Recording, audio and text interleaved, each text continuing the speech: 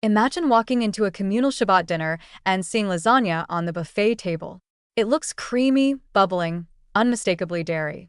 Yet the host explains, almost in passing, that the cheese is fully synthetic, precision-fermented casein blended with plant-based fats, certified kosher Pareve.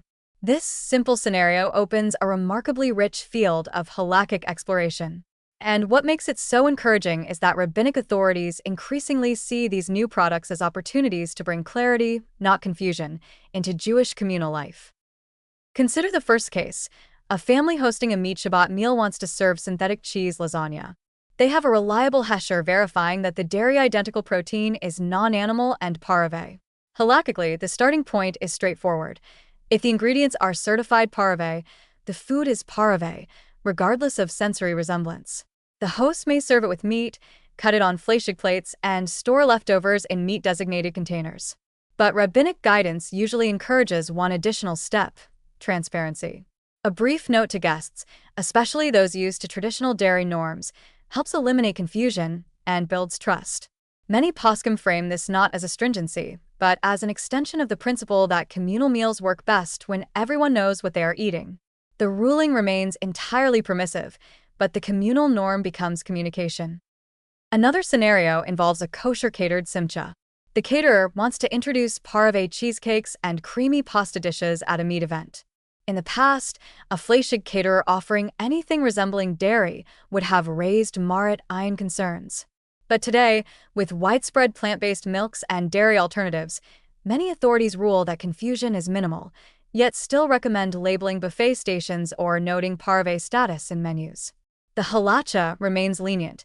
The norms simply evolve to ensure that guests, especially those arriving late or unfamiliar with a catering company, feel confident. Practical rabbinic rulings focus less on restriction and more on avoiding discomfort. Kosher law and hospitality work hand in hand. A more complex case involves storage. Suppose a household keeps synthetic cheese slices in the meat refrigerator. Is there any halakhic concern? Almost all authorities agree there is none. Pareve foods may be stored with meat, even on the same shelf, as long as containers are closed or as normally handled.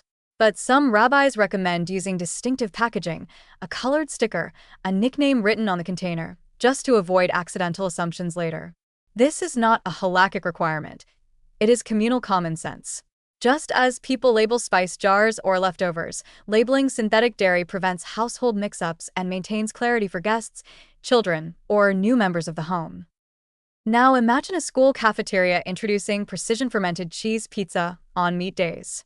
The halakhic question is not whether it is permitted, it clearly is, but how to manage student reactions. Children often learn halacha through patterns, and a child seeing pizza next to schnitzel might assume Beisar Bishalov rules no longer apply. Many rabbinic rulings in such situations emphasize education.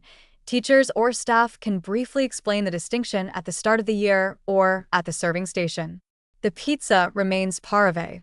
The educational moment becomes part of the communal norm. Far from complicating halacha, the scenario enriches it by teaching children that kashrut depends on substance, not appearance.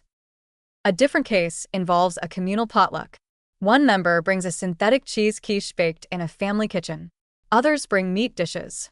Without clear identification, confusion could develop, especially if the synthetic cheese looks very similar to dairy. Here, rabbis generally rule permissively but stress that contributors should label their dish or announce its pareve status before the meal begins. This avoids the accidental exclusion of people who avoid mixing meat and dairy out of uncertainty. The halakhic verdict remains lenient. The communal norm grows more transparent. Another interesting scenario arises when a restaurant wants to become strictly fleshig yet still feature cheese dishes made from synthetic dairy proteins. Kashrut agencies typically allow this, provided that the ingredients are certified pareve, equipment is dedicated to meat, and menus clearly indicate pareve cheese. Some hechsherim may request a small sign at the entrance stating that all cheese served is non-dairy.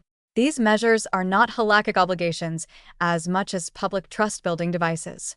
They reassure diners who walk in and see cheeseburgers on the menu that everything is fully compliant.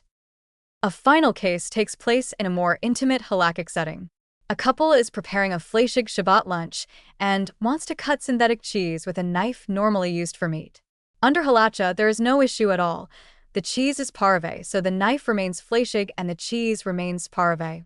But rabbis might advise the family to keep synthetic cheese in its original packaging until use, simply to avoid someone misidentifying it as dairy later.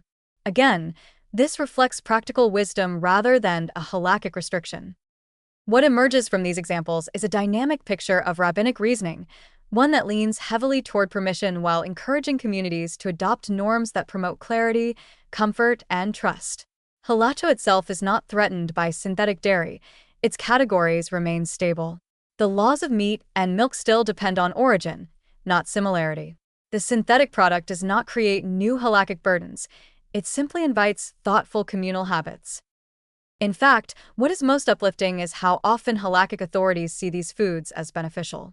They expand options for observant Jews, make kosher catering easier, reduce dairy barriers in fleishig settings, and align with ethical values of sustainability and animal welfare.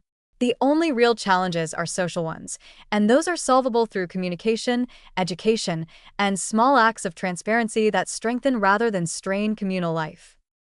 Synthetic cheese at a meat meal is not a halakhic anomaly.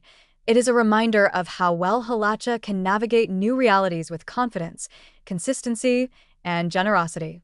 The cases may be modern, but the principles guiding them are timeless.